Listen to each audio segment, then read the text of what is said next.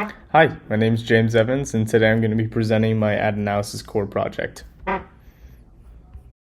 So, the article that I chose was Musical Influences in Advertising: How Music Modifies First Impressions of Product Endorsers and Brands.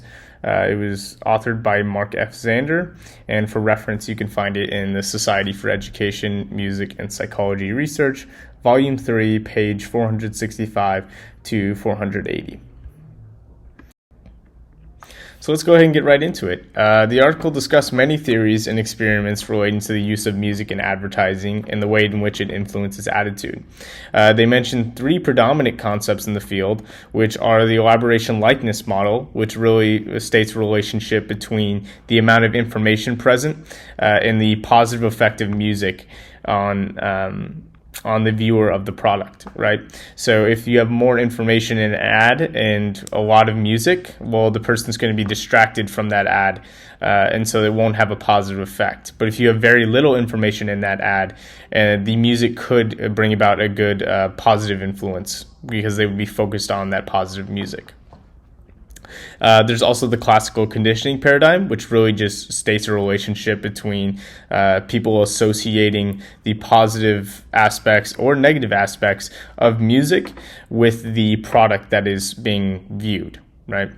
And finally is the idea of musical fit, which is really just the idea that music can influence people in different ways. There's calm and peaceful music or thought-provoking music, and music that fits a certain type or image, and that's really what that means.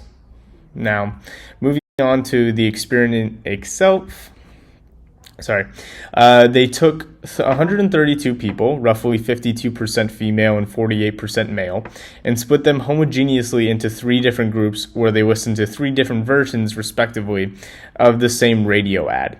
So the first group had a music piece that was described as lively and joyful. The second group had a piece that was described as introspective and thought-provoking, while the last group, the control group, listened to the ad with no music. So originally, the researchers hypothesized a few things about this experiment. One, they hypothesized that music would create different impressions of both the brand and the product between the different music genres. But they also noted that they did not believe that music would have a big effect on buying intentions. So those would not be affected. Now, if we go ahead and take a look at the results, you can see in the left table where subject self-control was rated. The second group, who actually listened to the calm and thought-provoking music, scored the highest. On the right, you'll see that the first group subjects, who listened to more active and lively music, scored the highest in activity. So there's clearly a relationship there. Furthermore, it was noted that between the three groups, their buying intentions were roughly equal. So there was no real effect on the buying intentions in terms of the music of the different groups. In this way, the researchers were correct about their hypothesis about the nature relationships between music and its ability to influence the subjects. They concluded that music could be seen as a quote-unquote superior unconditioned stimulus. I would have to agree with that conclusion as well. The experiment shows a clear relationship between music and the psychological conditions of the subjects.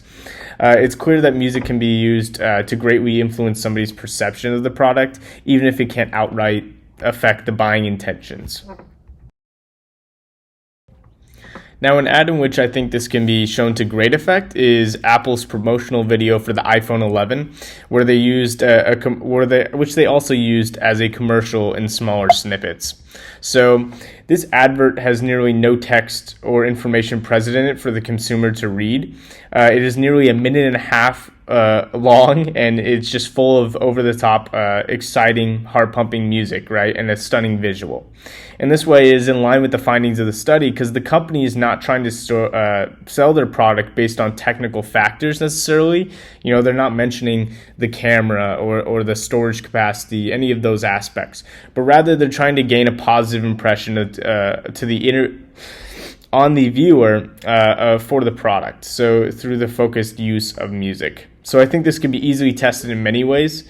I think one way is to change the music associated with the commercial to maybe something less upbeat and see if there's a change in engagement, or even get rid of the music altogether and then see the impression people would have on the commercial. I think it would reveal just how important and vital of a role music plays in the ad. So that's all.